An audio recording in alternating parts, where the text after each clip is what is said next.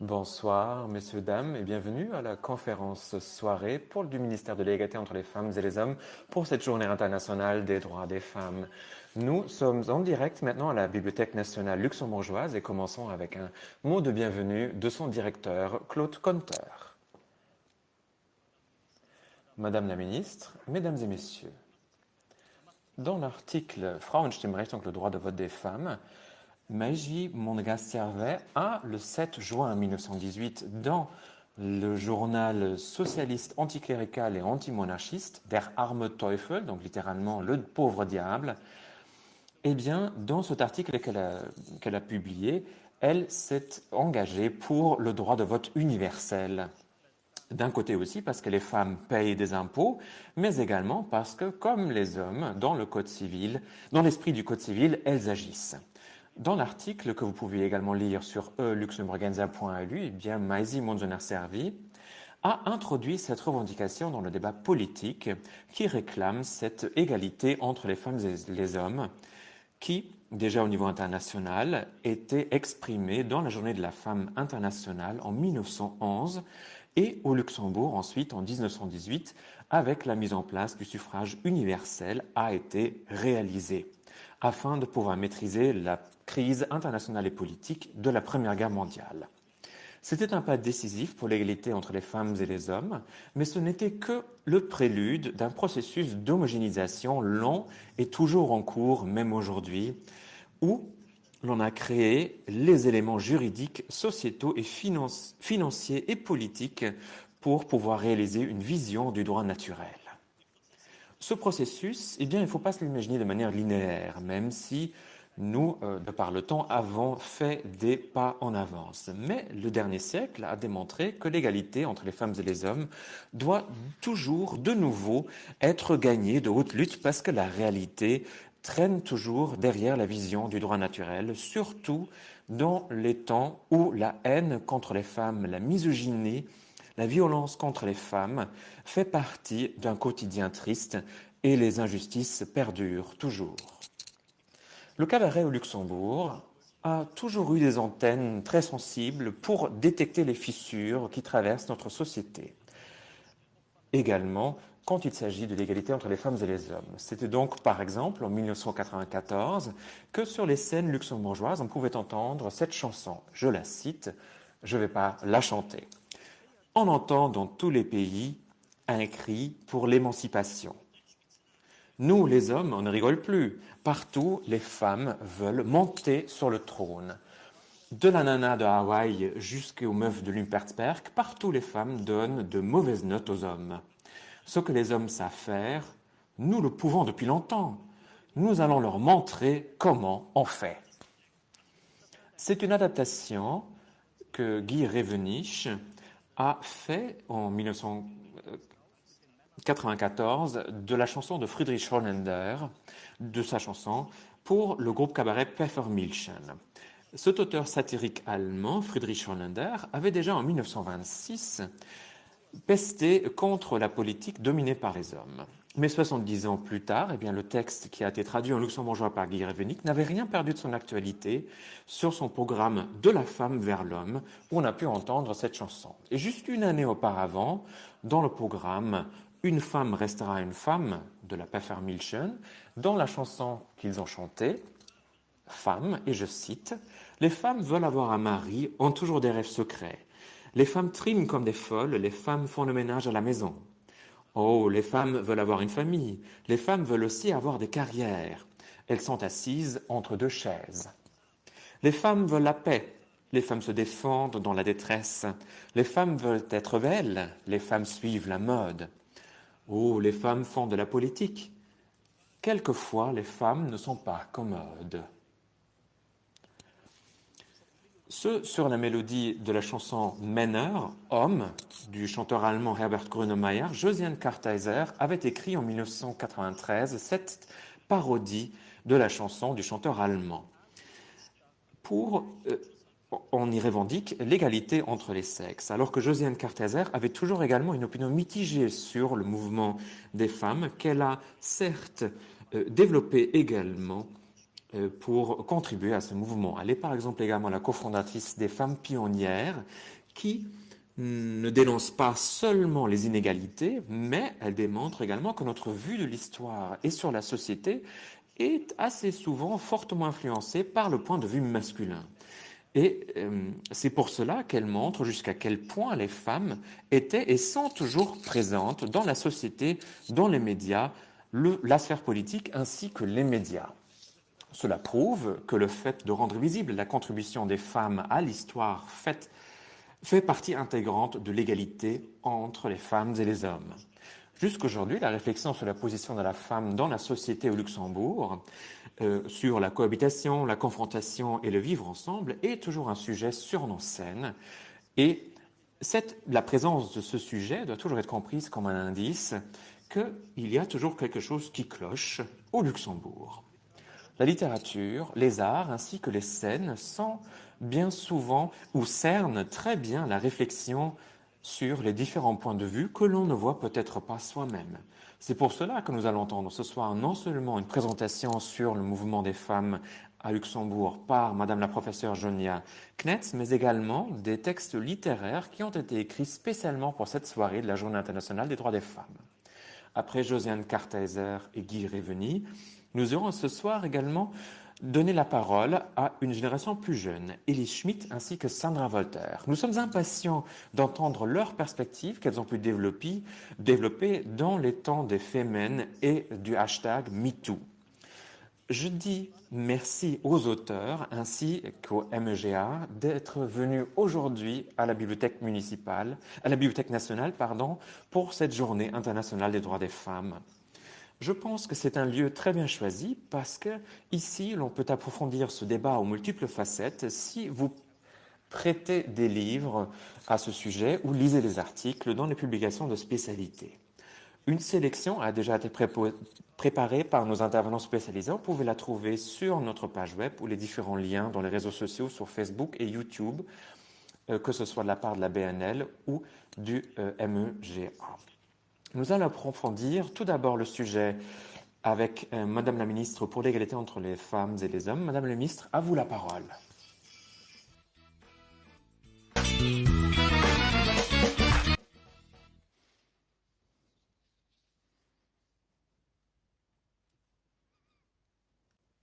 Merci beaucoup pour l'accueil, très gentil. Un grand merci à tous ceux qui nous écoutent. Chaque année, nous célébrons en date du 8 mars la Journée internationale des femmes, où les droits des femmes et des jeunes filles sont mis en avant. Du fait de la crise sanitaire, c'est un peu différent cette année-ci. On ne peut pas fêter ensemble. Mais il faut surtout continuer à parler d'égalité et de nous mobiliser pour l'égalité entre les femmes et les hommes. L'année passée a montré que le volume des tâches a augmenté pour les femmes. La majorité des soignants sont des femmes et ce sont elles qui assument le plus souvent les tâches de soins et d'encadrement à domicile. Et le plus souvent, elles le font sans rémunération. C'est pour cela que beaucoup de gens se sont mobilisés en ce jour, pas seulement des femmes, également des hommes, des jeunes, qui ont protesté pour montrer que l'égalité entre les genres est importante de nos jours et qui revendiquent une répartition égale du travail de care.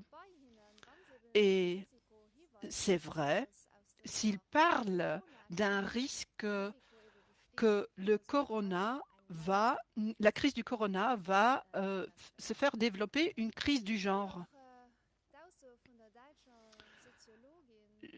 Je me réfère à Madame Jutta Almendinger, une sociologue allemande, qui dit que les K allemands sont remplacés par les H le home office, homeschooling et homework, et ceci au dépend des femmes.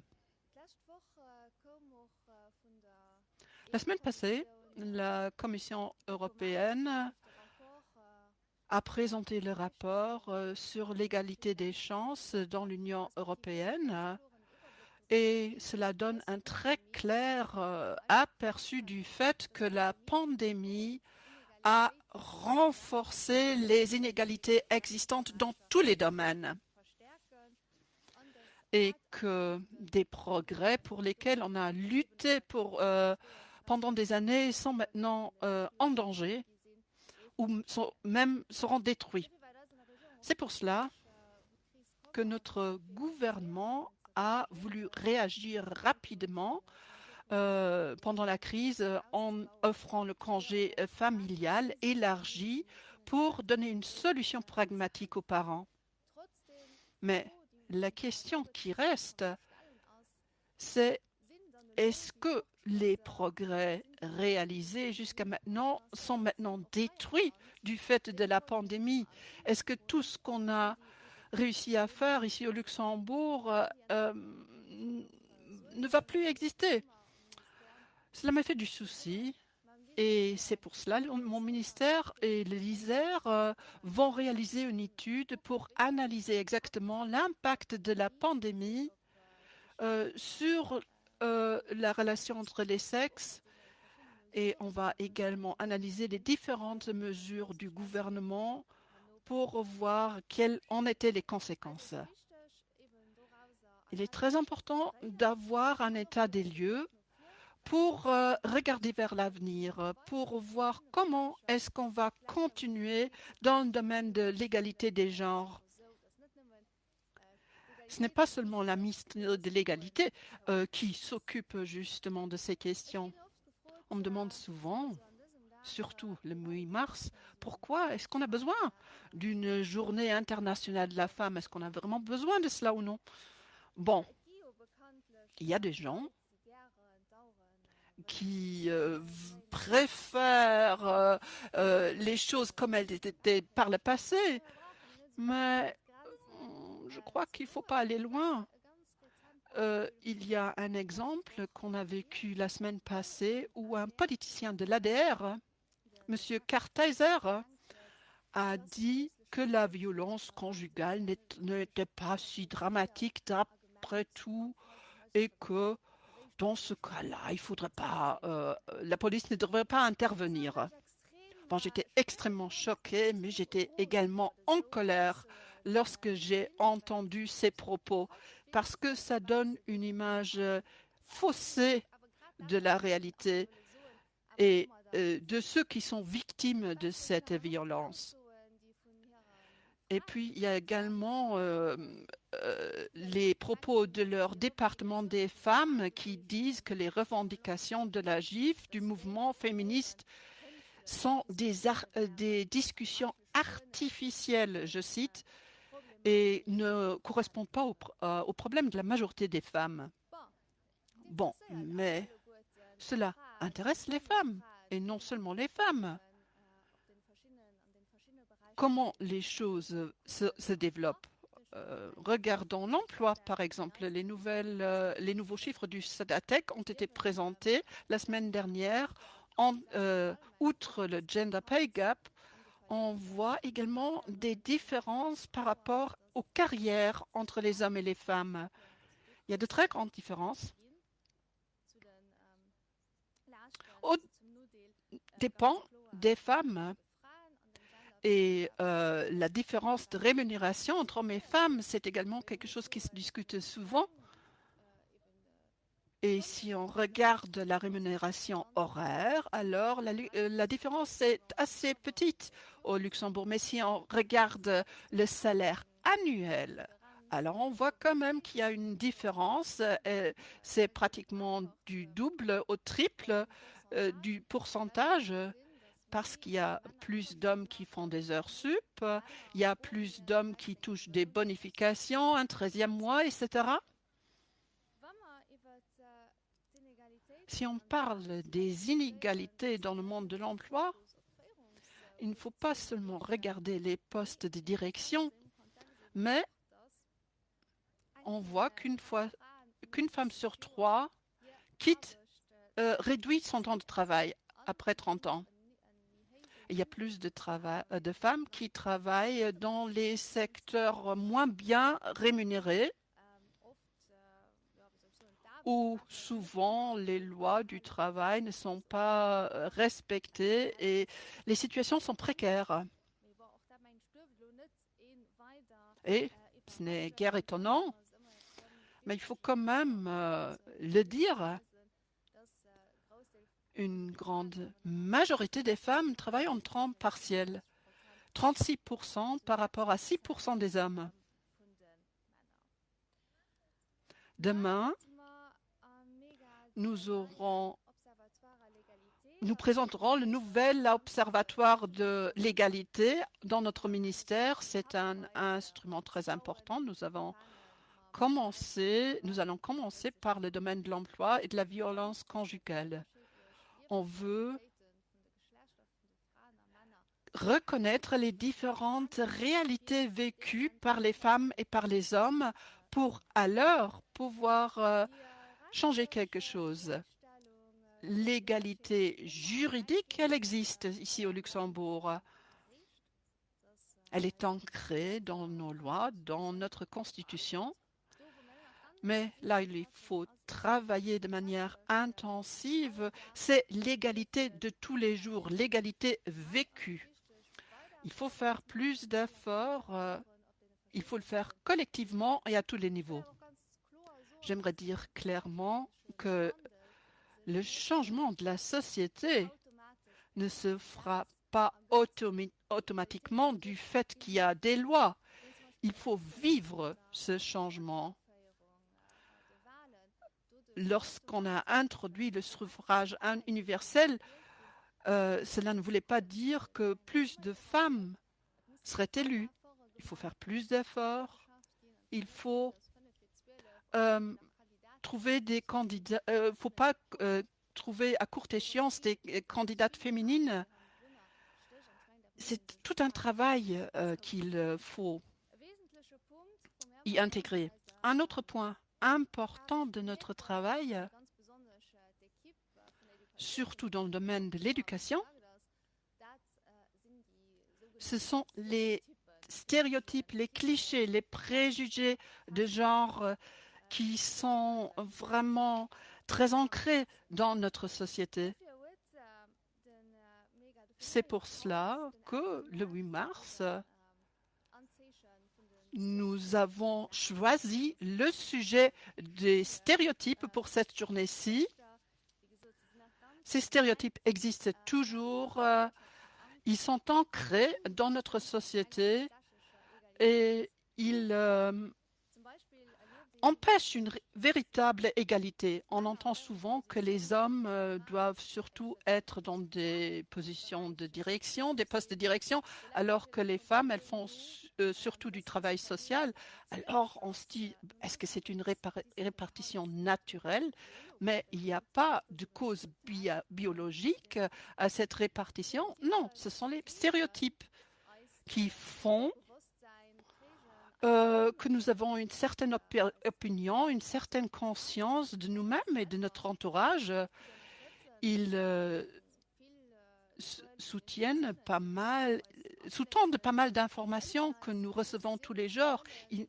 Tous les jours, ils nous aident à prendre des décisions, mais parfois, ces stéréotypes nous empêchent de réaliser l'égalité. Et les stéréotypes deviennent réellement un problème lorsque des clichés normalement anodins ont des conséquences quand même assez vastes. J'ai parlé des femmes qu'on associe avec le domaine du social et les hommes qu'on associe avec les postes de direction. Cela veut dire l'homme, c'est l'homme fort. Et alors c'est lui qui aura le poste de direction et la femme, elle est plus douce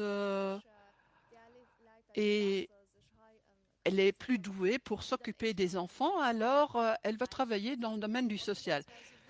Et on ne me demande pas si les hommes et les femmes, si cela correspond à leurs vœux, leurs désirs. L'égalité des chances, pour promouvoir l'égalité des chances des jeunes, il faut justement repenser ces stéréotypes, les analyser d'une manière critique pour former sa propre opinion.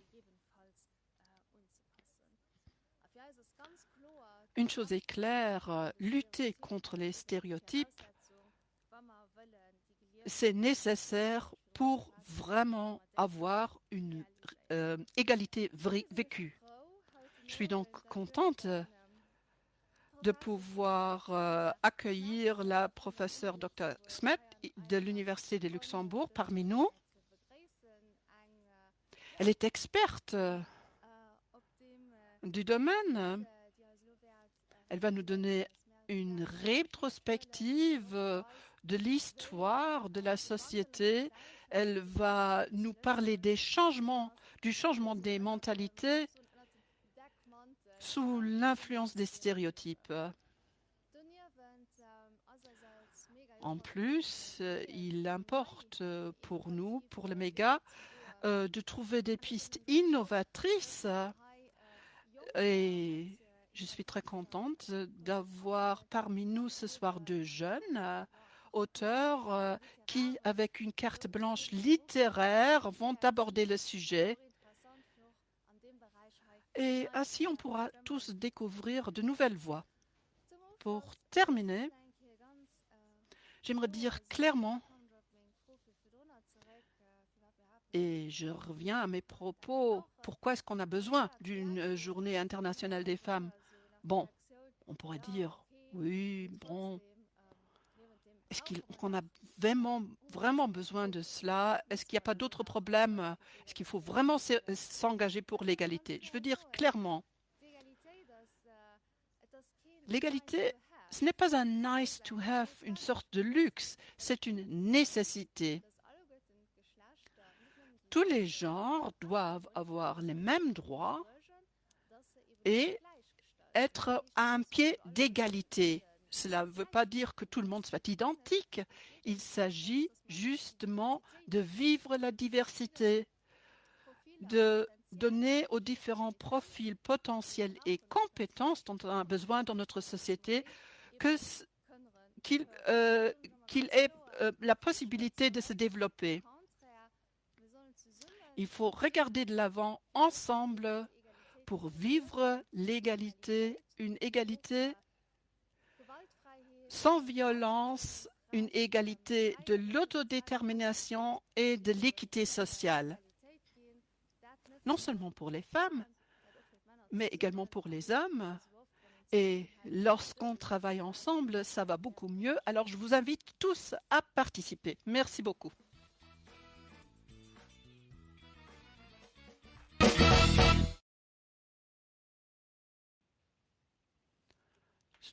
Sandra Voltaire, c'est un nom que vous connaissez éventuellement de la scène musicale luxembourgeoise. Depuis un an, elle écrit des textes profonds et critiques pour le groupe Parity.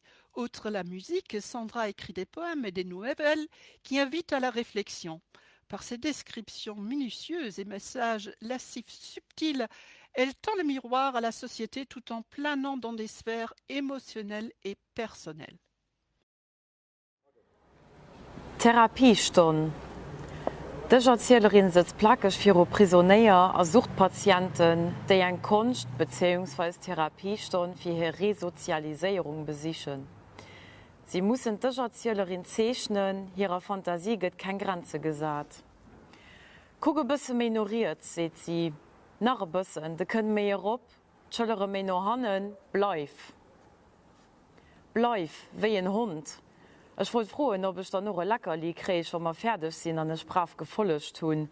Aber ich meine, Madame, es nicht für so Spaß zu haben. Schließlich darf ich mich nicht bewegen, nicht 1 Millimeter. So ist alles Futti für die Katze. Sonst beschwert jeder riesig. Also muss ich den Berg halten. Ich habe den Berg für das Resultat, für den guten Zweck sozusagen. Ob et mir gefällt oder nicht, da habe ich nichts zu sagen. Etwas trinken, die wir nimmen am allerhöchsten Notfall. Also quasi, wenn ich mit ausgedrischenden Lüpse für der Madame am Boden leihen, auch schon bei Sonntags meiner Straße atmen. Das hat sie mir lieber klar gemacht. Meine Knie sind schon blau und alles tut weh und dabei hat es noch nicht einmal richtig angefangen. Aber das ist ein Deal. Ich wusste, auf was ich mich heute anlassen. Naja, so einigermaßen. Wie ich Morgen auf der Straße angeschwart gehe, habe ich mir nichts dabei gedurcht. Es muss ja schließlich nicht bei all Typ direkt an Chloroform, Fisseln und deichter Mollen denken, oder? Ich gehe bei Kaffee invitiert an einen, der mich auf ein Latte Macchiato anschaut, als bei mir schon auf der gewonnenen Seite. Also habe ich zugesagt, blonde Männerschuss. Es ist leicht zu bestierchen, ich weiß. Aber es wird ja auch bezahlt, habe ich direkt gesagt. Eigentlich war ich schon an der Bücherboutique. Wenn es mir schlecht geht, kaufe ich Bücher. Die stehen dann jeweils viel zu lang am Regal, mir ist sie da stehen und das beruhigt mich. Natürlich lesen ich so, auch dauert eben heinz zu just seine Zeit. Ich habe also gesagt, es wäre für just ein paar Stunden und ich muss eigentlich nichts machen. Aber das klingt ja super, so das. Position wäre vielleicht just ein bisschen unangenehm und dem Stand wäre noch nicht so favorabel. Aber hier, der Mann hat sich als Pol vorgestellt, wir sind sicher, ich gebe da doch ohne Problem hinkriegen. Ich bin schließlich noch jung und dynamisch. Du darfst das keine größeren Schwierigkeiten durchstellen. Wenn der gute Pol weiß, dass bei mir die Fangerin an die Handgelenk schon krachen, wenn ich morgens auf die Knöpfe von meinem Wecker drücken, hätte sie Auto wahrscheinlich sehr zurückgeholt. Ich lasse ihn allerdings am Glauben, ich bin jung und dynamisch, und lachen ein Kehr viel zu künstlich ab. Über dem freue ich mich, was da gerade für ein Geräusch war, das du aus meinem Mund kam. Eine Mischung aus Grunzen und tiefer Verzweiflung, weil ich ganz vergessen habe, wie ihn eigentlich ungeniert lacht. Meine Kollegen und Familie haben sich schon lange mein Grunz gewinnt. Bei Fremden halte ich es allerdings gerne lang zurück. Wenn ich hier so sitze, denen Leute nachgucken, die für sich hinwirkeln oder so machen wie wann, mich betrüchten, von oben nach unten, von links nach rechts, wie wenn sie noch nie für eine Frage gesehen hatten. Da stelle ich mir vor, was bei denen so alles schiefgelaufen ist am Leben. Ich kriege, wenn es mir oft ausschweifender, unkontrollierter Gesichtskirmes, die dem Pol schon morgens beim Kaffee aufgefallen war, gesagt, ich soll nicht komisch gucken, mehr verschiedener kämen gerade aus der Entzugsklinik oder aus dem Prison und hatten es nicht einfach. Resozialisierung. Wir nur das schon einfach, habe ich mir gedacht, aber nicht gesagt.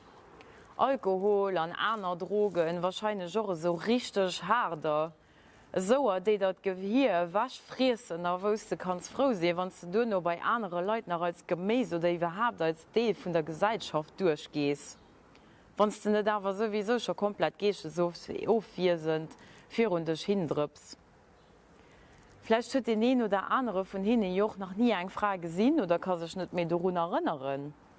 Vielleicht ist ja auch ein Mörder erinnert ihnen, die Anatomie vom weiblichen Körper für Jahre schon Stück für Stück so genau analysiert hat, dass er dadurch am Kur extra gut aufschneidet. Das ist ja auch eine Zuchtkunst.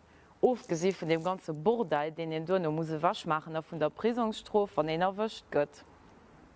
Ich frage mich immer, ob es nicht aber das perfekt Verbrechen gibt, und wie lange es dauert, so ein Vier zu bereden. Wir schweifen auf.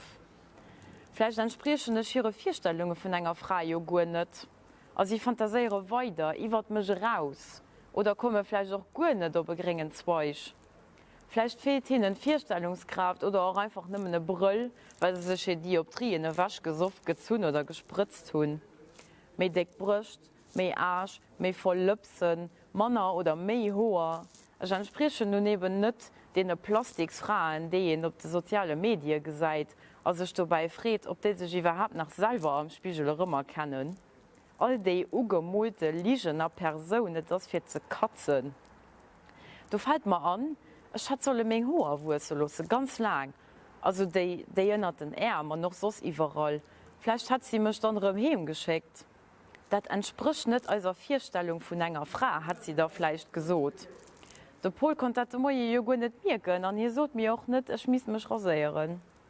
Wahrscheinlich ist hier vor 4 Jahren davon ausgegangen, dass eine junge, dynamische Frau sich rasiert. Das gehört sich eben so vor. Aber in den wichtigsten Momenten verlässt mich dann irgendwie der Mut. Barriere durchbrechen, nach Vollgas weiterfahren, ist ja auch gar nicht so einfach. Und doch gibt es natürlich Leute, die es versuchen. Ich weiß ja auch nicht, ob nicht gerade so eine Person hier vor mir sitzt. Vielleicht war den Alkohol je irgendeiner Barriere zu durchbrechen, just als in der nächsten Mal am Cover in der Toilette land, wie irgendwie Ausstifter von einer weltbewegenden Revolution zu gehen. So gucken wir alle Zentimeter von meiner Existenz wasch, was so weiter so gierig oder vielleicht doch einfach nicht mehr interessiert. Gucken, lesen ich mich da gleich ab, existieren ich da just nach Blatt. Es ist schon noch 1 Millimeter so viel nur längs gerutscht, was der Madame gut nicht gefällt. Ignoriert habe ich gesagt, sagt sie mit fester autoritärer Stimme, und schwätzt mit der Person rundherum, wie sie diese Sekunde ein Wolleck verschlägt hat. Dumm Kuh, denke ich, bewegen allerdings kein einziger Gesichtsmuskel.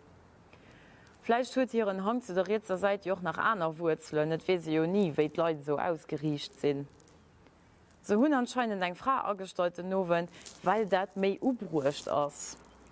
Ich freue mich allerdings, ob die überhaupt einen Unterschied macht, ob ich von einer Frau angebiert bin oder im anderen Fall von einem Typ, den ein oder andere lüsternen Blick aufkriegen, professionell aus beides nicht.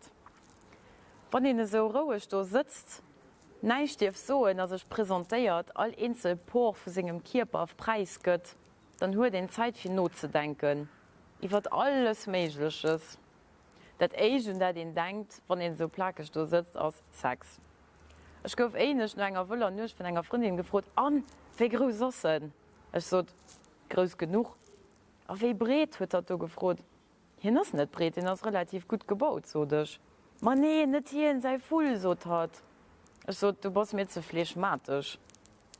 Dann hat mich enttäuscht angeguckt und ein Thema gewechselt. Hat wollte sich meiner Story ergötzen, die Chance habe ich mir aber in dem Moment nicht gegeben. Ich habe mich allerdings altnächst gefragt, für was alles so auf Körperlichkeit reduziert wird. Obwohl ich definitiv an diesem Moment nicht an der richtigen Position bin, für darüber zu urteilen. Mir geht es dann nicht viel mehr, wie just 2 Körper, die über einer Lange reiben. Es geht Wärme, Willen, Sympathie, Haut, Schweiß, Gefühl, Hand, Atem, Geräusch, Kribbeln. 2 Seelen, die aufeinander treffen, verschmelzen und zum Schluss einen kleinen Tod sterben, für dann aufzustehen. Aber da wird gefragt, hat einen langen, stinkt sein Bett gemütlich, hat einen Haar an der Nuss. Es ist ein viel gehaltener Spiegel, die Leute holen sich keine Zeit mehr. Richtig viele erspüren, das können die Leute nicht. Die Leute können just das bewerten, was sie gesehen und hören, was sie abhaken. Ein tiefgründiger Gedanke ist meistens nicht zu finden. Und heute freue ich mich, ob ich nicht auch so sehe. Aber ich biete mir an, nach zu spüren, nach zu fühlen und nicht just unzupacken. Ich habe Gefühle, sie betrüchten mich verbunden nach außen. Durch meine Augen können sie mir an meine Seele gucken, darauf rundherum sprangen sie, Besitz holen, mit mir spielen, wie man einer Marionette mich da fallen lassen, ausgesucht und ohne Kraft. Dabei sind hier Seelen doch aufgenutzt und beschmutzt. Hier Revolution hat keine Früchte gedroht und lo müssen die anderen Druck leben. Ich zum Beispiel. Also jeder hier im Raum findet normal. Das ist Therapie, Kunst ist Therapie. Ja, Kunst ist Therapie. Mir so, dass da nicht lange aus dem freien Geist raus entstehen. Vielleicht ist bei denen kein freier Geist mehr da. Aber was bedeutet überhaupt freier Geist? Kriegen wir nicht von kleinem Mund gesagt, wir sollen die freie Geist abgehen, wir sollen ruhig sein. Wir gehen gelaufen, wenn wir den Berg halten, wenn wir hart sind, da steuern wir. Da gehen wir als Älteren, die genüsslich oben am Restaurant ihre Perzbüfteig für den nächsten auf Nerven.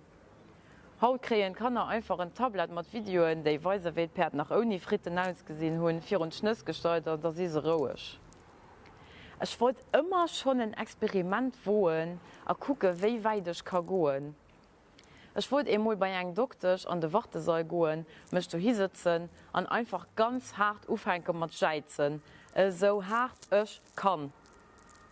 Aber wenn ich steuern will, dann scheiße nicht. Ich komme bei Doktor, für dass es mir besser geht. Aber wenn ich scheiße, wenn ich einfach mal unmäßig hart bin, dann geht es mir besser. Da je scheißt matt, dann muss ich nicht da ran sitzen gehen, für ich Pille geht, die Straße für den Schlaf verschreiben zu lassen. Da muss ich keinen Krankenschein anrichten, weil er ein Idiot ist. Man scheißt den einfach run.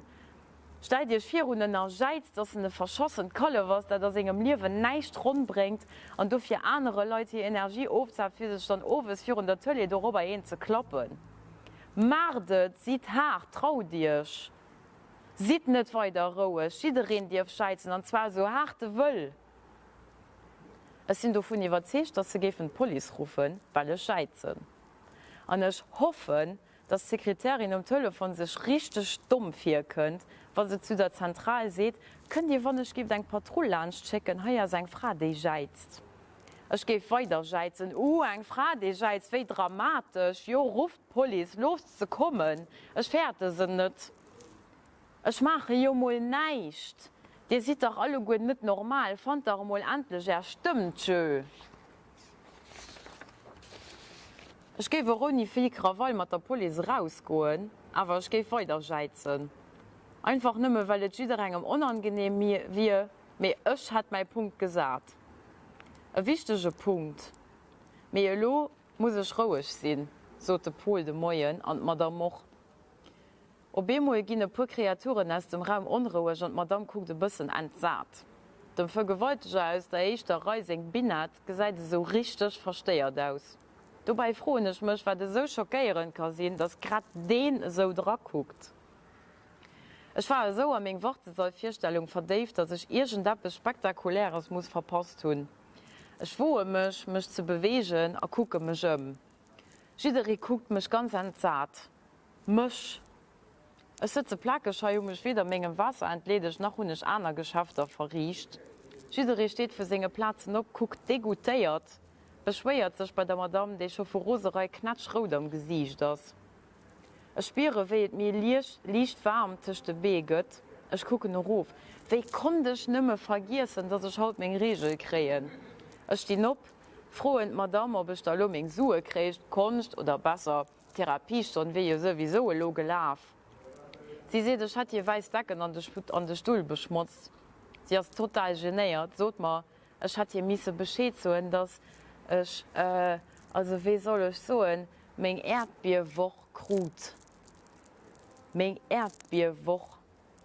Ich gucke sie an, setze mich vor sie auf den Boden und so an den Loch nach ihrem Boden.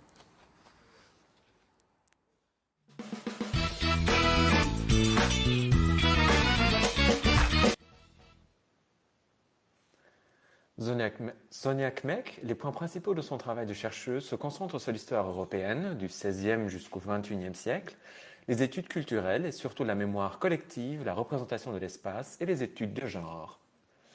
Bonsoir, mesdames et messieurs, et merci beaucoup pour votre invitation.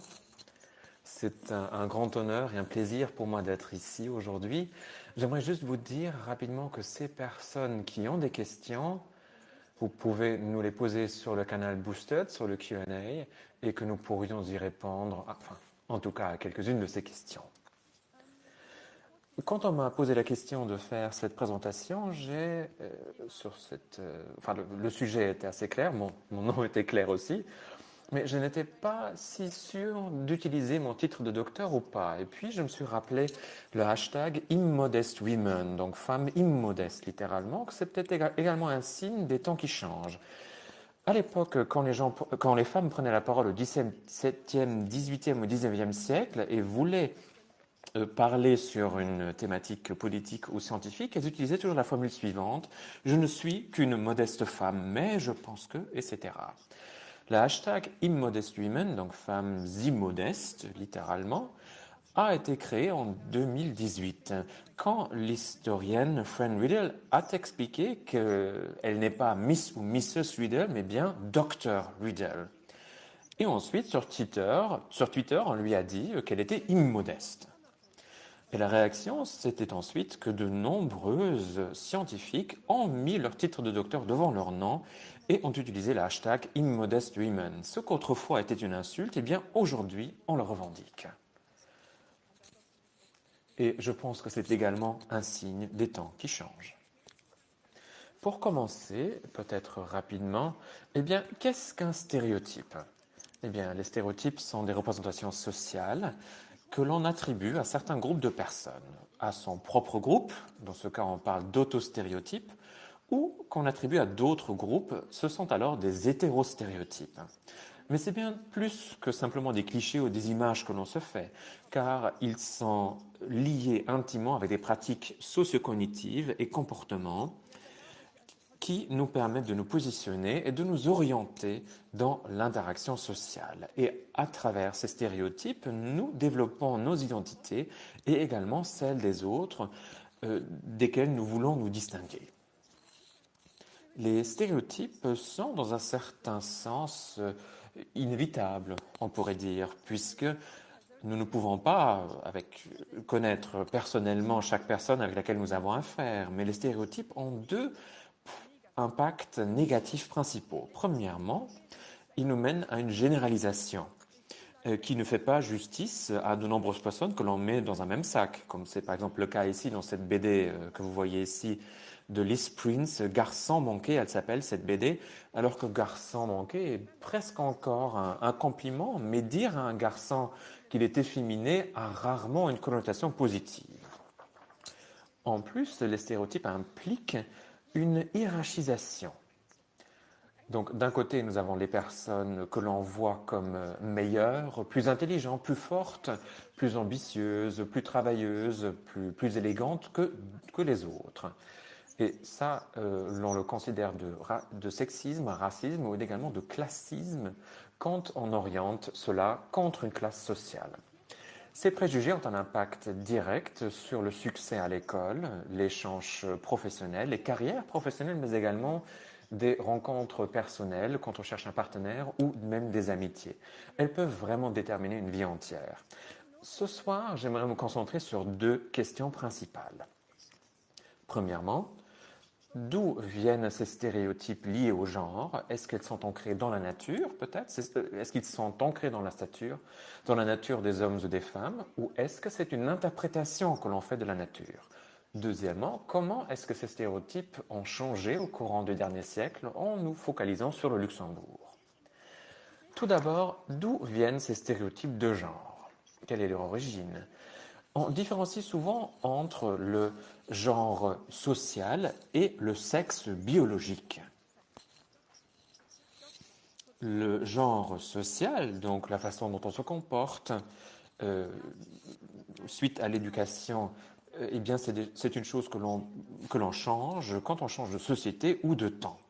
Mais cela devient un peu plus difficile, les choses se compliquent quand on parle du sexe biologique. Du premier regard, il semble assez évident qu'il y a des différences morphologiques entre l'homme et la femme. Mais quel est l'impact de la biologie sur le comportement et les facultés des femmes et des hommes? Ce sont de grandes discussions que l'on a là. Et les réponses ont toujours des conséquences sociétales et politiques. Quand, par exemple, Simone de Beauvoir a son dicton « On ne naît pas femme, on le devient », eh bien, si ce dicton est vrai, eh bien, on peut avoir une influence sur le rôle des genres et on peut également avoir une influence sur les modèles à suivre à travers l'éducation à la maison, l'école ou même l'instruction civique. Mais quand on part de l'idée que les carottes sont cuites, et que la nature donne certaines tâches aux hommes et d'autres tâches aux femmes, eh bien, on ne peut rien y changer. C'est assez intéressant que tout de même l'on voit que même ces personnes qui pensent que la nature a fait l'être humain binaire, donc en féminin et en masculin, eh bien, ils essaient tout de même d'avoir une influence sur l'éducation. On ne parle donc pas seulement du comportement des femmes et des hommes, mais également comme ils sont censés se comporter. Et Alice Schwarzer l'a déjà dit en 1975 dans son petit livre « La petite différence et ses grandes conséquences ». Et également, Madame la ministre a parlé des conséquences sociétales en 2015 au Forum. et thématiser ces sujets.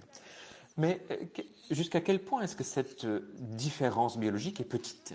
Eh bien, en 2003, le psychologue clinicien Simon Baron-Cohen a dit que le cerveau est soit féminin et empathique ou masculin et systématique.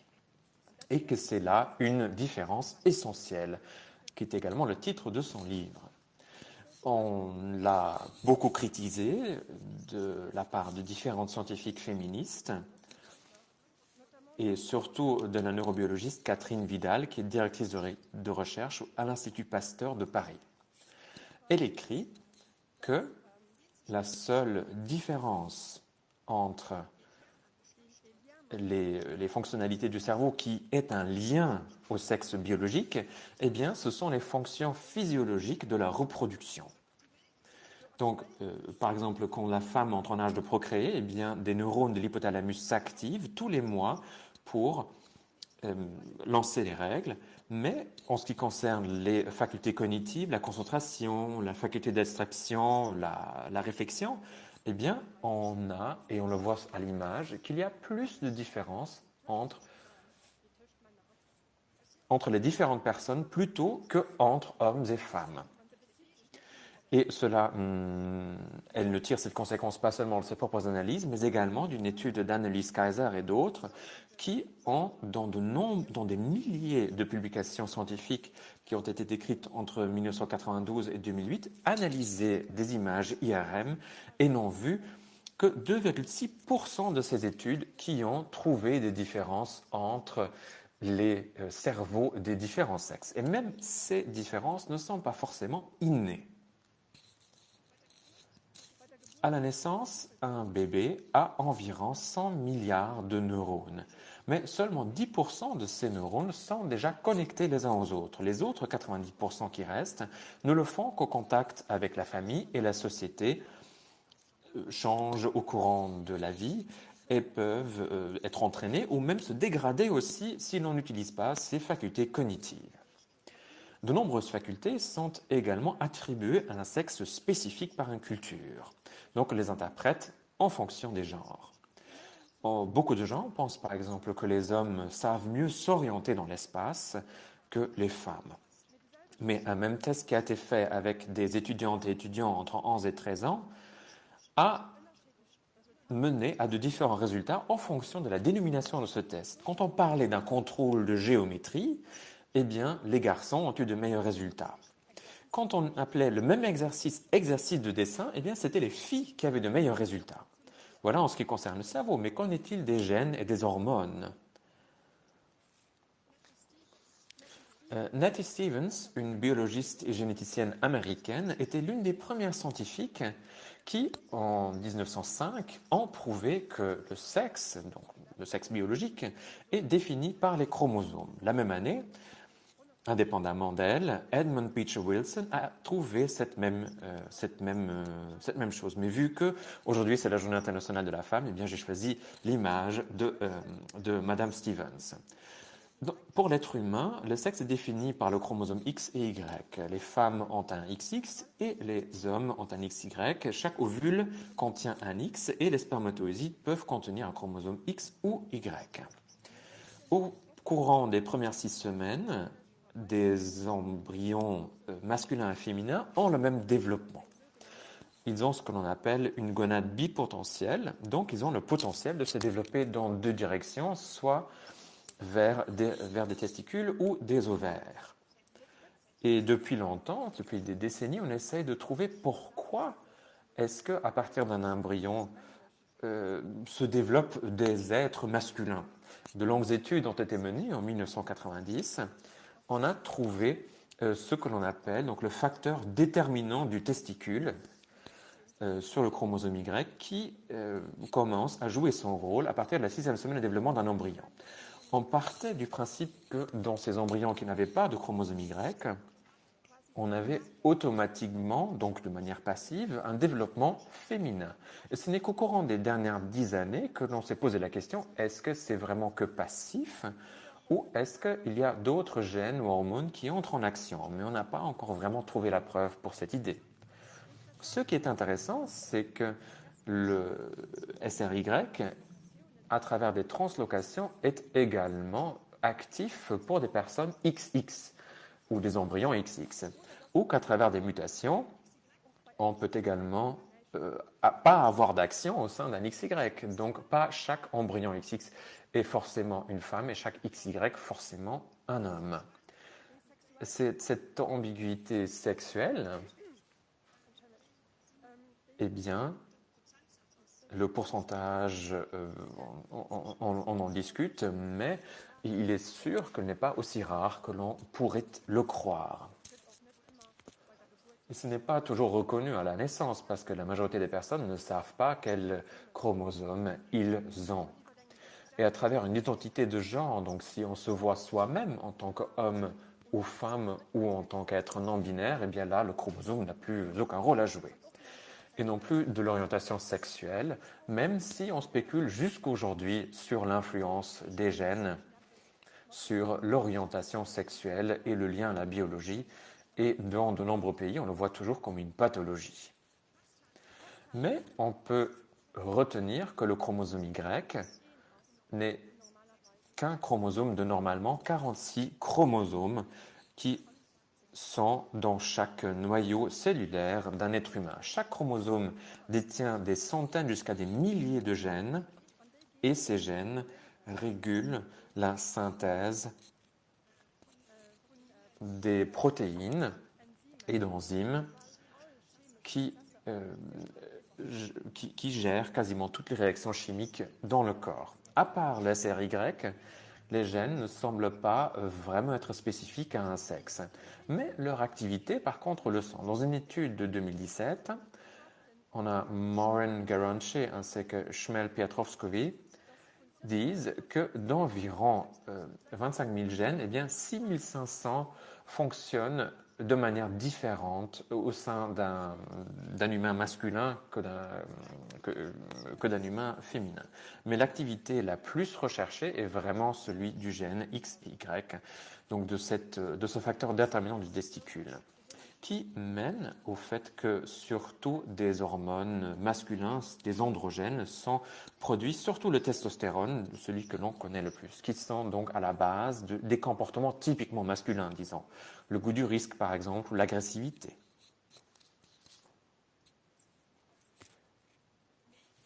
Mais, premièrement, est-ce que ces hormones ne viennent pas seulement du gène SRY, mais sont des androgènes, donc andros, hommes, mais on les retrouve également chez des femmes. On les retrouve dans les ovaires et également dans les glandes surrénales où ces hormones sont produites. Mais en moyenne 10 fois moins que pour des hommes. Un taux de testostérone élevé, deuxième point, mène à ce que l'on soit certes plus agressif ou qu'on ait plus le goût du risque, qu'on ait une conduite automobile plus risquée, par exemple, mais le niveau de testostérone n'est certainement pas le même pour tous les hommes et varie énormément tout au long de la vie. Et, comme je l'ai dit, n'est pas toujours le même pour tous les hommes. Puis, des personnes XY, et on a tendance à l'oublier, ont 45 autres chromosomes et des milliers de gènes qui produisent également leurs propres protéines et ont leurs propres fonctions. Donc, on n'est donc pas entièrement soumis au bon vouloir de leur Y ou de leur SRY. Quatrième point, quelle est la partie du libre arbitre finalement? Et c'est ça la grande question, qui n'est pas seulement théologique ou éthique, mais également biologique, parce que l'ADN est certes très individuel, mais contient assez peu de gènes au final. La chimiste Friederike Fehr de l'Institut Max Planck écrit, et je cite, « Une grande partie de l'ADN est, d'après ce que l'on sait aujourd'hui, un vestige de l'évolution et n'a aucune tâche. Il est donc clair que la porte vers le code de la vie a certes été entrouverte, mais derrière cette porte se trouvent d'innombrables nouvelles portes. » Donc, pour certaines et certains biologistes et psychologiques de l'évolution, eh bien, la différence est inscrite dans les gènes humains et donc tellement difficile à changer. On pensait pendant de longues années que des enfants avant 6 ans Et des petites filles ne pouvaient pas cracher. Eh bien, au final, on s'est rendu compte qu'elles ne savaient pas le faire parce qu'on ne leur l'a jamais appris et que ce n'est pas forcément inscrit dans les gènes, cette faculté de savoir cracher. Souvent, ces spéculations sur l'évolution sont basées sur des observations que les scientifiques ont fait à leur propre époque, au 19e, 20e ou 21e siècle. En plus, les postulats, et c'est mon dernier point concernant la biologie, en plus, les postulats de la théorie de l'évolution sont souvent remis en question par des nouvelles découvertes dans le domaine de l'épigénétique et de la biologie de l'évolution.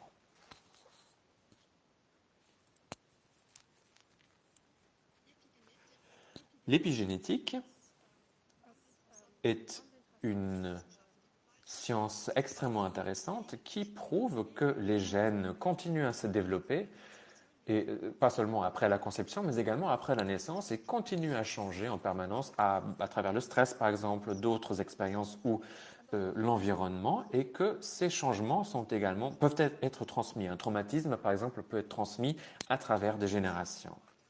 Les discussions continuent et sont très souvent animées. D'après moi, je ne suis pas biologiste, eh bien pour moi, cela montre très clairement que les sciences naturelles sont également soumises aux idées de leur époque. Soit ces sciences qui voient encore, qui ont toujours une vue binaire, donc masculin et féminin, et trouvent leurs preuves, tout comme ces disciplines scientifiques qui essayent de plutôt voir comment un comportement s'adapte dans le corps, surtout pendant la grossesse et dans la petite enfance. Par exemple, les jeunes garçons sont plus souvent allaités quand ils commencent à pleurer que les filles. On a plutôt tendance à traiter les jeunes garçons comme des princes et on les porte et on accepte leur agressivité plutôt que celle des petites filles. On se dit, bon voilà, c'est ça les garçons. Hein. Et on les fait donc masculins. Mais la critique et ce déterminisme biologique sont qu'un témoin de notre époque, puisque la science, qu'elle soit naturelle ou sociale, n'est pas menée dans un espace vide. Je viens maintenant à ma deuxième partie, les stéréotypes au fil des âges et leur changement. En 1919, au Luxembourg, on a beaucoup parlé du droit de vote des femmes, et pas seulement du droit de vote des femmes pour les votes parlementaires ou communaux, mais également lors d'un référendum sur la question de la monarchie ou de la République. Il est donc intéressant de voir comment les partis se sont positionnés à l'époque. Les libéraux étaient contre, et c'est assez surprenant, et les conservatifs, le parti de droite, étaient pour le droit de vote des femmes, et les socialistes, par principe, étaient également en faveur. Ce qui est intéressant à voir sont leurs arguments. Voici les arguments de Robert Brasseur de la Ligue libérale. Je cite. « La femme est-elle égale, inférieure ou supérieure à l'homme? Question insoluble et oiseuse. Elle est autre. Elle a des fonctions essentiellement différentes, elle a un rôle social distinct. Elle a le gouvernement du foyer domestique, tandis que l'homme travaille, produit et s'occupe des relations du dehors. La femme administre, conserve, prend soin des enfants. On dit que la femme a des droits égaux à ceux de l'homme, mais qu'est-ce donc le droit, sinon la liberté assurée à chacun de remplir sa fonction naturelle aussi complètement que possible? On cite la nature, certes, mais Robert Brasseur a surtout un argumentaire des relations sociales qui font en sorte que les deux sexes ont des rôles différents. Et ce qui est intéressant, c'est que son argument principal, c'est qu'il faudrait en fait avoir une meilleure éducation sur les petites filles. Il faut avoir des lycées pour les filles. Et on voit également l'influence de l'Église catholique qui est néfaste. Et c'est pour cela qu'en Angleterre et en Scandinavie, on voit donc dans des pays protestants que les femmes ont le droit de vote, mais dans un pays catholique, c'est encore un peu trop tôt. Il a également une attitude très paternaliste et dit que c'est par respect pour les femmes qu'il ne veut pas qu'elles entrent dans l'arène politique parce qu'elles ne sont pas faites pour cela. C'est assez intéressant que Adolf Krieps, du Parti socialiste, rétorque, mais il y en a déjà beaucoup qui sont déjà dans la lutte. Elles revendiquent leurs droits. Je n'ai malheureusement pas de photos de cette lutte. Il y a beaucoup de pétitions qui sont faites pour le droit de vote universel. Claude Conter a également parlé de cette lutte avec la Armer Teufel, donc ce journal littéralement le pauvre diable. Et c'est une photo intéressante que l'on voit ici, mais d'une autre manifestation. Je la trouve intéressante tout de même parce qu'on voit une femme qui prend la parole, Lily Becker, lors d'une manifestation en août 1919, où pourtant on parle de l'allocation de renchérissement et des prix des denrées alimentaires. Lily Becker, qui elle-même s'est engagée dans le mouvement ouvrier et faisait partie du Parti socialiste, mais qui à la fin de sa vie, lors d'une interview, disait en fait que le droit de vote des femmes, eh bien, ça leur est un peu tombé dessus, entre guillemets, pour sauver finalement la dynastie et la monarchie. Et quand on voit maintenant les arguments du parti de droite, eh bien, on voit également que les femmes sont censées voter parce que on les voit comme étant plutôt conservatrices, ce qui n'est pas prouvé, mais à l'époque tout le monde le pensait. Et là, il dit, et je cite, « Les raisons que M. Brasseur a présentées, eh bien, elles peuvent avoir valeur de vérité dans d'autres espaces sociaux. Quand on disait encore les femmes derrière les fourneaux. Aujourd'hui, nous avons une autre situation. 1919. La femme gagne souvent son propre salaire, comme l'homme, et par-delà, on a la conséquence que la femme devrait également avoir les mêmes droits politiques que l'homme. Il dit, donc l'abbé Shields, explique que les femmes sont également professeurs au lycée, sont comptables, travaillent au bureau de poste, sont des fonctionnaires, font des études à l'université, sont des institutrices et bientôt également devraient devenir mères normalement. Il ne dit pas un mot du rôle social de la femme à la maison et de sa nature féminine. Il nomme seulement le cerveau une fois en disant, je cite, « D'ailleurs, la question du poids du cerveau de la femme ne dit rien sur la faculté spéculative de la femme. On ne doit pas trouver de réponse aux grandes questions métaphysiques, pas des questions qui ont besoin d'un raisonnement embriqué, ce sont des questions pratiques, des questions concernant la conception du monde, les questions sociales et législatives auxquelles il faut trouver réponse, pas des questions spéculatives, mais des questions pratiques. » Fin de la citation. Il ne dit donc pas que les femmes ont forcément la capacité d'avoir une pensée métaphysique, mais que c'est juste pas important dans la sphère politique. Les femmes, et je pense que c'est également de sa citation que l'on peut dégager cette idée, donc on est directement après la Première Guerre mondiale, où les femmes avaient souvent pris des métiers d'hommes, peut-être pas au Luxembourg, où les hommes n'étaient pas directement au front, mais dans les pays limitrophes, les femmes prenaient souvent en charge des métiers, entre guillemets, d'hommes. Elles ont donc pu élargir leurs capacités et facultés professionnelles, et on le nomme assez souvent également ici.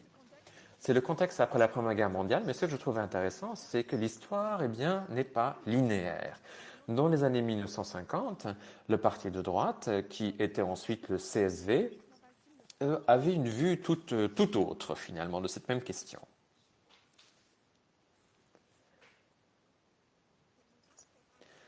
Le contraste, 35 ans plus tard, donc, et ici, vous avez une brochure de la AFP, l'Action familiale et populaire, où l'on a donc un peu l'aile de droite du CSV qui est très bien représentée et l'argumentaire est assez clair. L'argument, c'est la nature. Je cite, « Cela nous console que, pour nous, les femmes mariées renoncent en général à l'activité professionnelle dès qu'il y a des enfants dans la famille. La famille, le service à l'enfant, au foyer, au mari, sont plus dans sa nature qu'un travail impersonnel dans un bureau, derrière une machine ou derrière un comptoir de magasin. Ici se manifeste un instinct naturel. La nature a fait en sorte que la femme ait une prédisposition double. L'amour du foyer lui est inné. elle voit la raison de sa vie, surtout dans le fait de porter des enfants à terme et de les instruire de manière fondamentale. Après, on continue avec la belle phrase. Si la femme devrait ne plus avoir de sens dans cette prédisposition, eh bien, c'est l'humanité entière qui se verra vouée à la ruine. Parce que seulement de bonnes mères, donc des femmes qui ne sortent pas travailler, eh bien, c'est la seule personne qui puisse également élever de bons êtres humains. C'est pour cela qu'il est important que les fillettes, dès leur plus jeune âge, soient préparées à leur rôle de bonne mère au foyer. Les pères n'ont pas un grand rôle à jouer dans l'éducation. Ici, bien qu'on voit un père qui rapièce le pantalon de son petit-fils, pourrait suggérer que les pères travaillent également dans le ménage. Mais la légende de cette photo ne s'y intéresse pas du tout, mais elle voit plutôt comme une métaphore pour le fin fil qui représente le lien et la relation entre pères et fils. L'AFP demande une réforme pourtant du régime matrimonial, où les femmes mariées, depuis le Code Napoléon, sont traitées comme des mineurs. Donc une réforme, oui, mais sont dépassées tout de même certaines bornes. Et là, on lit en page 14... La demande des féministes extrêmes d'une libération totale de la femme mariée de l'autorité de son mari ne peut pas être réalisée. Pourquoi pas?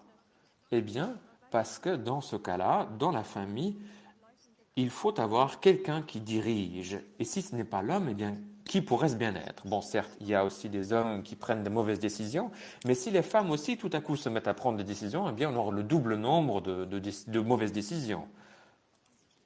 Et s'ils ne tombent pas d'accord, eh bien, c'est la famille entière qui risque de se briser. L'argument ultime, c'est la Bible. Les femmes doivent être soumises à leur mari comme au Seigneur, dit la lettre aux Éphésiens. Et à un autre endroit, les femmes, soyez soumises à vos maris comme il convient dans le Seigneur. On cite également le pape Pie XI qui conclut, je cite, « Cette primauté de l'autorité paternelle est ancrée dans la disposition naturelle, dans l'aptitude et la disposition des deux genres. L'homme, de par sa nature, est plus enclin à diriger et à commander, à accomplir des tâches extérieures, à répondre, à représenter, à défendre. La femme, en revanche, à garder et à soigner, à préserver intérieurement. L'homme se tient dans la lutte de la vie, la femme au berceau de la vie. » Toutes ces citations proviennent de Léon Bollendorf, un ancien résistant qui à l'époque était secrétaire de l'AFP. Il avait fait des études de philosophie de langue, il était prof de lycée et inspecteur. Sa carrière politique commence en 1955, quand il est élu au conseil communal de la ville de Luxembourg, où il sera jusqu'en 1993. Et il est également membre de la Chambre des députés à partir de 1969. Il est donc parlementaire lorsque la loi sur le mariage est réformée. L'ancien ministre d'État Emil Reuter fait également partie du comité d'honneur de l'AFP. Il était ministre d'État de 1918 à 25 lorsque le suffrage universel a été introduit. Il était député de 1945 à 58 et puis Emil Schaus, le directeur de l'école normale et fondateur de l'AFP qui est également au syndicat communal, au conseil communal de la ville de Luxembourg, et également Pierre Werner, ministre des Finances à partir de 1953 et également ministre d'État. C'est sous son égide que le régime matrimonial a été réformé. Et maintenant, j'en viens à mon prochain point.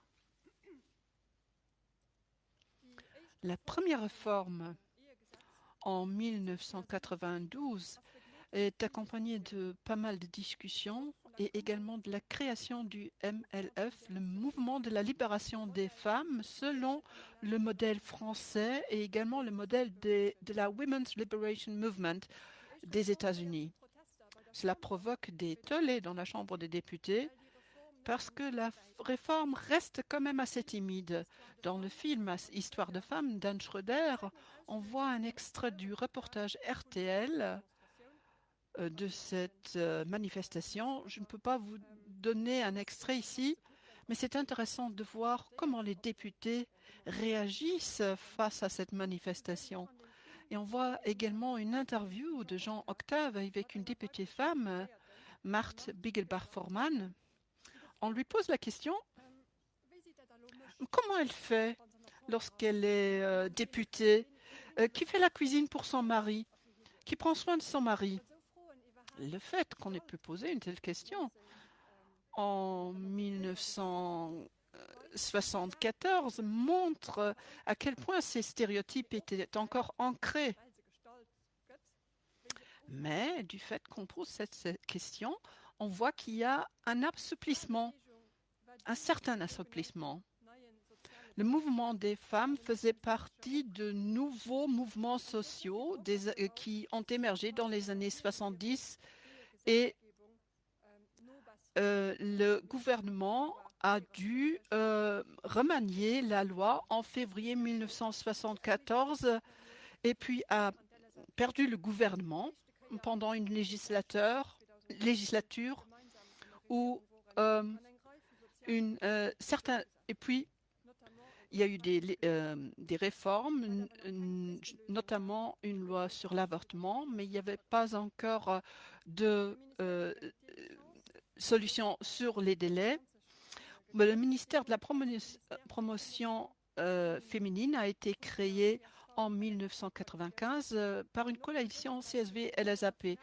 C'est peut-être dû au contexte international parce que l'ONU accordait beaucoup plus de place aux droits des femmes à l'époque.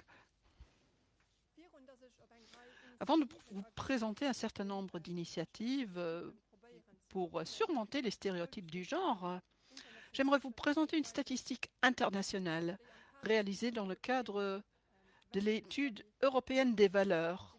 Elle se réfère à l'année 2008. Celle de 2018 n'a pas encore été dépouillée. Vous voyez ici le Luxembourg par rapport aux autres pays. Les deux questions qui ont été posées, vous voyez ici sur l'axe Y, vous avez 90% ne sont plus d'accord avec cette considération. S'il y a peu de travail, alors l'homme aurait plus de droit à un job qu'une femme. Mais juste un peu plus de la moitié sur l'axe X sont d'accord lorsqu'on dit les femmes préfèrent rester au foyer pour s'occuper des enfants. Ça ne signifie pas que tous les autres sont d'accord. Il y a toujours des gens qui ne se prononcent pas. Et bien sûr, il y a des différences selon l'âge, le genre, la nationalité. Et ces différences ne sont pas représentées ici. Au niveau international, seuls les pays scandinaves ont un taux plus élevé pour la première question. Et pour la deuxième question, c'est l'Allemagne et les Pays-Bas. J'attends avec impatience les résultats de l'enquête 2018 pour voir ce qui a changé. Et peut-être que l'étude sera refaite encore une fois et cela nous donne une comparaison sur le temps et on verra si la pandémie a vraiment causé une régression par rapport à l'égalité. Bon, en général, la question n'est plus si les femmes doivent exercer un métier, doivent suivre, entre guillemets, leurs dispositions naturelles. C'est plutôt la question quelle sorte de métier elles vont exercer. J'ai une citation ici de Marie-Louise Erasmi, une journaliste qui a travaillé de longues années pour le Luxembourg Avort. Je cite, « Certains métiers sont plus adaptés aux femmes que d'autres. Par exemple, l'assistante sociale, l'infirmière, l'assistante à domicile et d'autres métiers assimilés. Ces métiers conviennent parfaitement à une femme alors qu'un homme y serait complètement déplacé. C'est grâce à ces métiers strictement féminins qu'on fait énormément de bien. du fait de son vécu, de sa contenance douce et compréhensive, la femme résout déjà la moitié du problème. Un autre métier féminin est celui de l'éducatrice. Ce sont des métiers qui donnent énormément de satisfaction parce qu'ils donnent la possibilité de former les écolières pour en faire de bonnes femmes et des mères. Et c'est toujours le plus grand objectif. Fin de la citation. Et dans les dernières statistiques du Statec, on retrouve également ces considérations. Et pendant des années, on a essayé de lutter contre cela. C'est en 2002 qu'on a lancé le Girls' Day. Il s'agit de montrer aux jeunes filles d'autres métiers et on veut leur montrer des métiers tels que celui de la mécanicienne, de l'agent de police, de l'ingénieur, de la chimiste, etc. C'est peut-être un signe du succès du Girls' Day ou peut-être un signe que les mentalités ont changé, même dans un ministère CSV, parce qu'en 2006, c'était M. Bilchen qui était ministre du Travail. Et c'est à l'époque que l'ADEME a repris le Girls' Day pour en faire le Girls' Day, Boys' Day, et qui essaye maintenant d'intéresser les garçons aux professions dites féminines. Depuis 2017, cette action est organisée par la Maison de l'orientation du ministère de l'Éducation.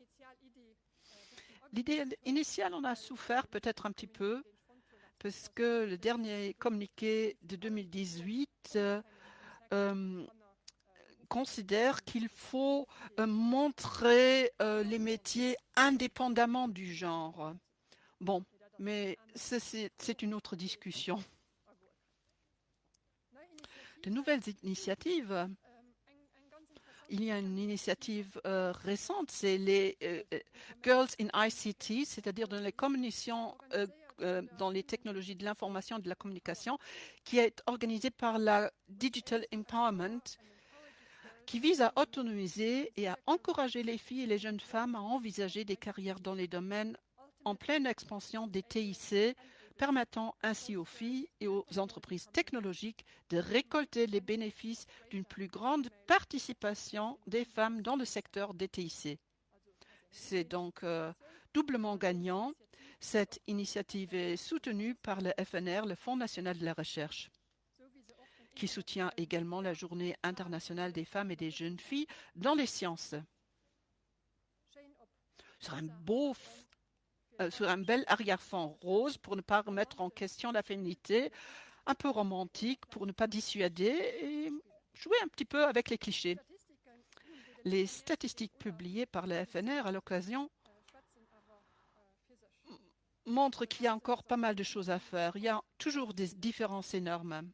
Voici une statistique que j'ai essayé de vous montrer dans ce graphique. Elle montre combien de femmes sont représentées dans les bourses de doctorat de l'AFR, dans les sciences humaines et sociales.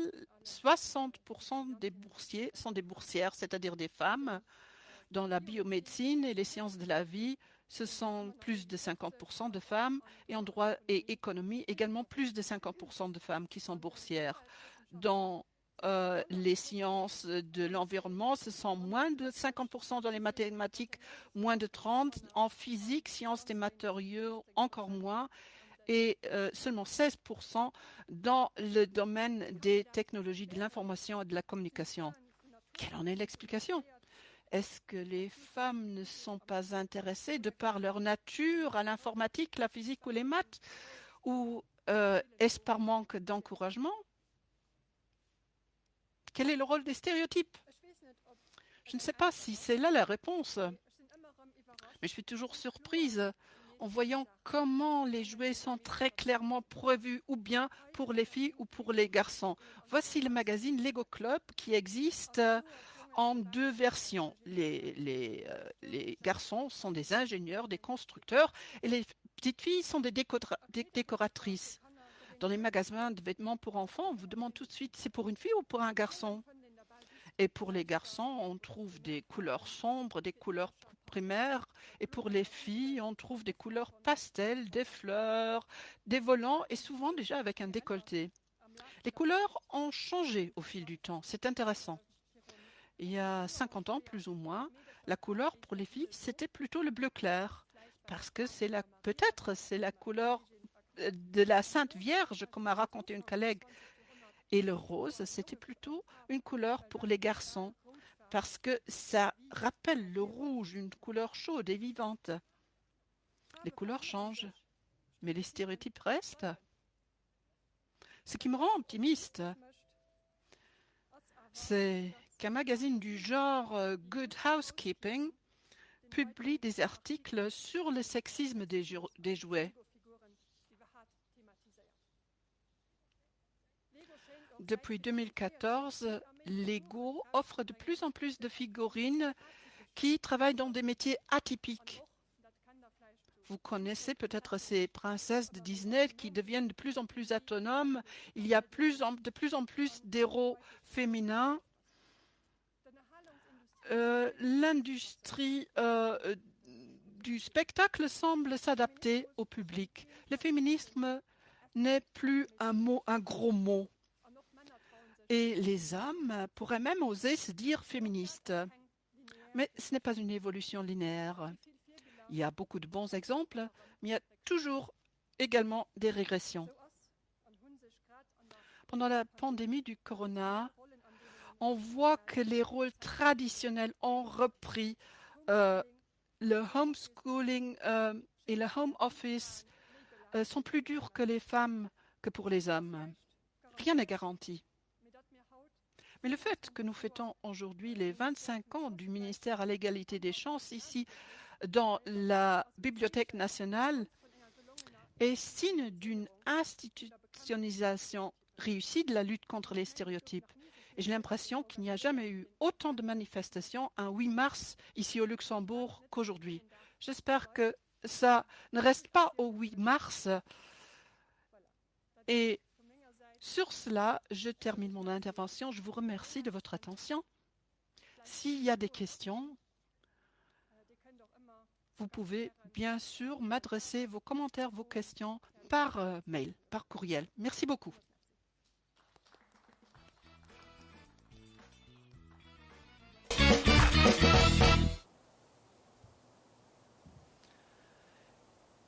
Elise Schmidt. Elise Schmidt crée des textes narratifs, des textes de théâtre, des poèmes. Depuis 2016, elle coédite avec Yann de Toffoli et Marc Limpach le magazine littéraire Les Cahiers luxembourgeois. En 2019, elle était boursière du LCP, colloque littéraire de Berlin, et elle a reçu le prix Servet pour son recueil de nouvelles Stürze aus unterschiedlichen Fallhöhen. En février 2021, c'était la première présentation de sa pièce So dunkel sous la direction d'Anne Simon. Pendant la saison 2020-2021, elle est l'auteur principal au Théâtre national de Luxembourg. À la demande de l'auteur, le texte est lu par Nickel Busenberg et le texte sera lu en langue originale et ne sera pas interprété.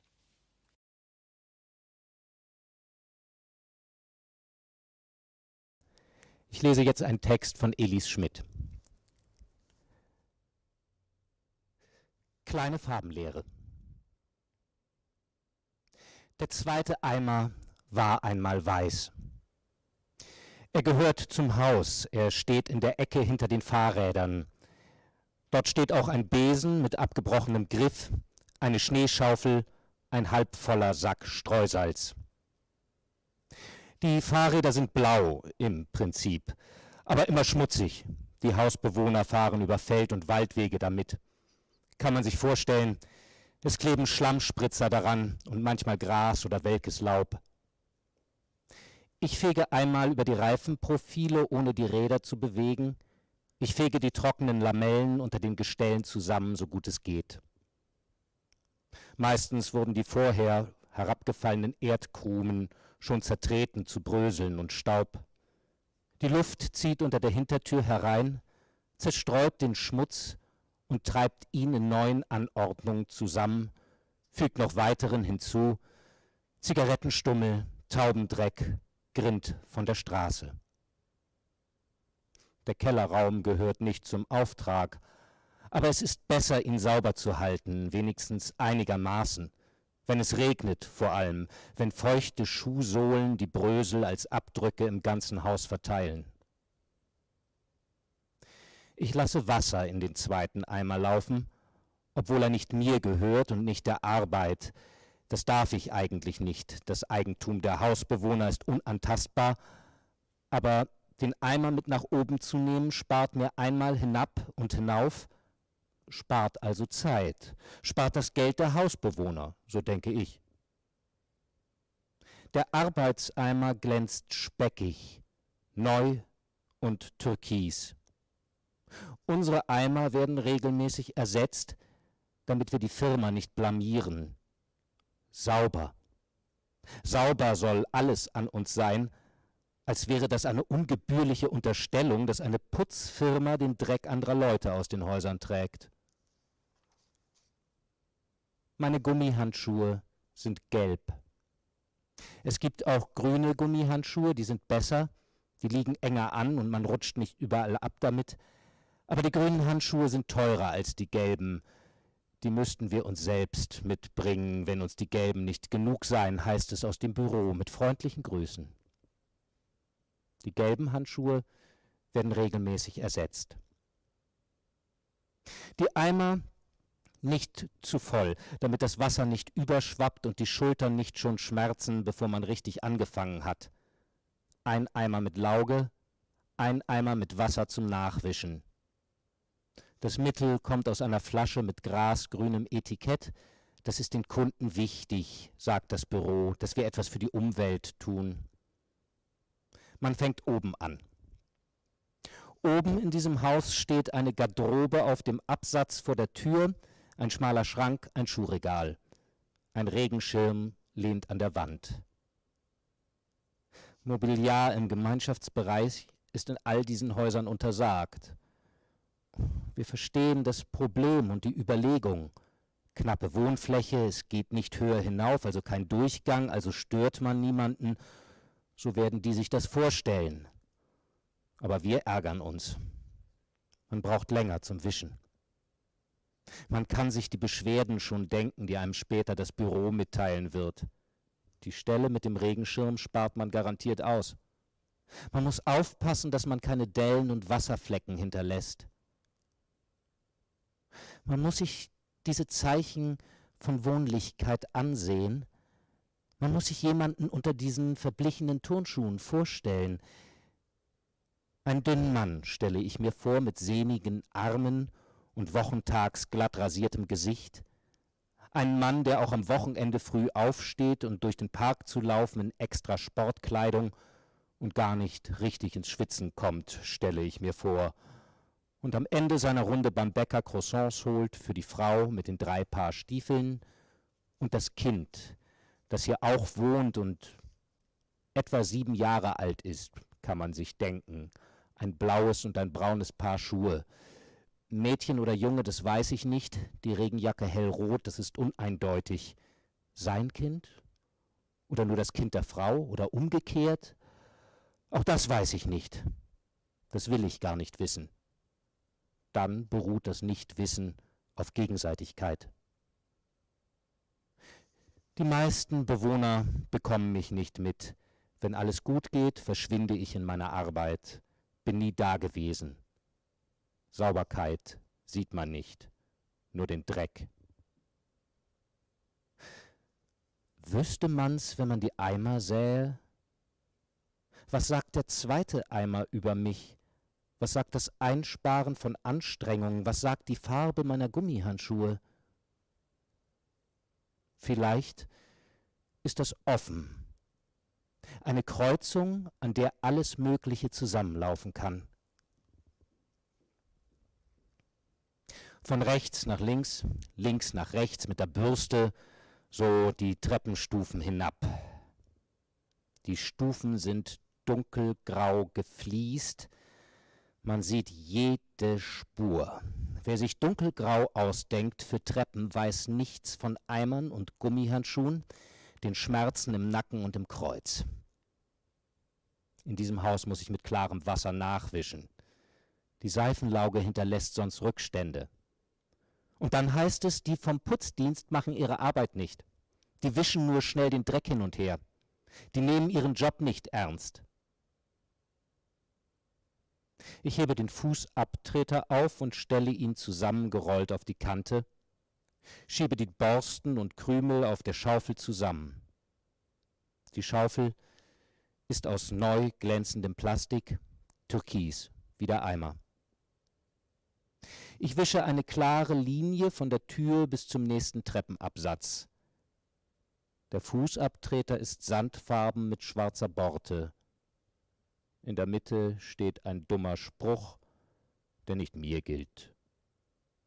Bevor ich gehe, werde ich den Fußabtreter zurücklegen, aber andersherum, so dass sich der Spruch der Person zuwendet, die aus der Wohnung hinaustritt. Die hat mehr davon, stelle ich mir vor. Von rechts nach links, links nach rechts, mit der Bürste weiter die Treppenstufen hinab. Nicht zu fest, nicht so, dass die Bürste gegen die Kanten knallt. Die Türen bleiben zu, aber die Bewohner melden sich im Büro. Das ist zu laut, sagen sie. Das stört uns beim Verrichten wichtiger Dinge. Dabei ist man allein gar nicht laut. Wenn er mitkommt, dann ja. Wenn er nicht auf mich hört, wenn ich sage, er müsse stiller sein. Wenn er, was er immer tut, die Teppiche kommentiert und die Schuhe, die Namen an den Klingelschildern. Er kommt zum Helfen mit, wie er sagt, damit mir die Arbeit schneller von der Hand gehe. Damit meint er nicht, damit ich schneller fertig sei und Zeit hätte für Eigenes, Spaziergänge oder Sport oder was die Leute in ihrer Freizeit tun, sondern dass ich mehr Aufträge annehmen, mehr Geld verdienen könne. Das meint er, dass wir uns was leisten könnten, zum Beispiel eine Reise zu den Eltern oder einen größeren Fernseher oder vielleicht irgendwann ein Auto, das nicht alle paar Wochen einen neuen Schaden hat. Der Fernseher interessiert mich nicht und ich darf auch jetzt nie das Auto fahren, nicht einmal zum Supermarkt.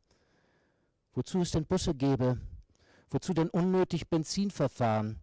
Der Bus halte doch alle halbe Stunde fast direkt vor der Tür. Sein Auto ist grau, aber er nennt die Farbe Metallic. Das Auto wäscht er jeden zweiten Samstag ab, auch im Winter. Er hat extra Schwämme und Lappen dafür. Danach ist er gut gelaunt. Er fährt zu seinen Freunden und lässt mich mit seinen Kindern allein. Ich müsse nichts machen, sagt er. Ich kann gern fernsehen. Die Kinder kämen allein zurecht und schließlich habe jedes ein Zimmer für sich, ein eigenes Zimmer. Das habe es in unserer Kindheit nicht gegeben. Er sagt das, als müsste er nicht auf dem Sofa schlafen. Er sagt es, als wären wir alt und jenseits von Zukunftswünschen. Der Fernseher ist groß und schwarz und nimmt das halbe Wohnzimmer ein. Wenn er keine Aufträge habe, müsse er sich beschäftigen, sagt er, aber bewegen könne er sich nicht, weil ihm von der Arbeit die Anstrengung noch in den Knochen stecke, ganz tief in den Knochen, das könne ich mir gar nicht vorstellen. Diese Müdigkeit immerzu. Ich sage nichts. Dafür habe ich Gründe. Manchmal, wenn wir uns vertragen, setze ich mich neben ihn und sehe, was er sieht. Manchmal bringe ich ihm ein Bier aus dem Kühlschrank und nehme mir auch eins. Wenn die Mutter uns sehe, sagt er dann, wie wir hier sitzen. Wie wir hier sitzen, sage ich, wie wir die Flaschen ohne Untersetzer auf den Tisch stellen, das gäbe schön Streit. Dann lachen wir beide. Sie dürfen Ihren Mann nicht mit zur Arbeit bringen, heißt es aus dem Büro. Aber er ist nicht mein Mann. Er ist mein Bruder. Einen Bruder wird man nicht los. Schon gar nicht, wenn man das Haus der Eltern mit ihm teilen muss, weil es sonst nicht geht. Weil man leider sogar Geld braucht zum Teilen. Für die letzten beiden Treppen lasse ich frisches Wasser in die Eimer laufen, denn unten ist es schmutziger als oben. Dort kommen mehr Menschen vorbei, einfache Rechnung. Wenn jetzt nur niemand hinaus muss. Wenn jetzt nur niemand hereinkommt und über die feuchten Fliesen stapft. Aus der Wohnung im Erdgeschoss riecht es nach Essen. Eine Frau singt ein Lied aus dem Radio mit. Leise. Leise wische ich an der Türkante vorbei, damit sie mich nicht hört und mir einen Kaffee anbietet. Sie hat das schon mehrfach versucht und sah ehrlich enttäuscht aus, als ich den Kopf schüttelte. Das Büro gestattet solche Pausen nicht. Wir sollen die Bewohner in Ruhe lassen. Was, wenn euch jemand sieht, wie ihr Geld verdient mit Kaffee trinken, heißt es. Das könne man sich als Firma nicht erlauben. Ich schwenke beide Eimer sorgfältig aus, auch den alten, der zum Haus gehört. Auf dem Weg nach oben wische ich mit einem sauberen Lappen das Geländer ab. Das machen nicht alle. Einige nehmen mit Bedacht den schmutzigen Lappen und freuen sich, wenn sie an die Bewohner denken, die sich an ihrem eigenen Dreck festhalten beim Treppensteigen. Ich sehe das nicht ein. Einen Schaden zuzufügen, dessen Erfolg man nicht überprüfen kann. Ich lege die Fußmatten zurück. Ich bin fast fertig. Die Kellertür steht noch offen, ich muss noch meine Jacke holen und meine Handtasche. Meine Jacke ist alt, wer zieht sich schon schön an zum Putzen, und die Handtasche praktisch. Ich betrachte kurz meine Hände.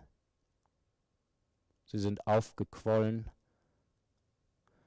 ein bisschen grau an den Gelenken und tun weh. Entschuldigung, sagt die Frau beim Eintreten, es tue ihr sehr leid, aber sie müsse nach oben. Die Frau trägt einen hellen Wollmantel und eine Handtasche, die ich aus dem Fernsehen kenne. Sie hält inne, als warte sie auf meine Erlaubnis. Ist trocken, sag ich. Kein Problem. Die Mülltonne muss ich nicht in den Keller tragen, sagt die Frau und lächelt. Die kann ich gern draußen stehen lassen. Ihr Mann kümmere sich am Abend darum. Ich müsse die nicht schleppen. Die Mülltonne gehört nicht zum Auftrag. Für die bin ich nicht zuständig. Ich hätte sie auch so stehen lassen. Danke, sage ich und gehe.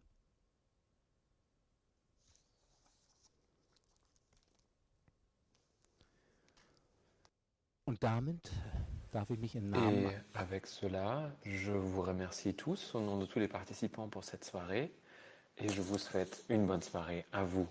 Merci beaucoup.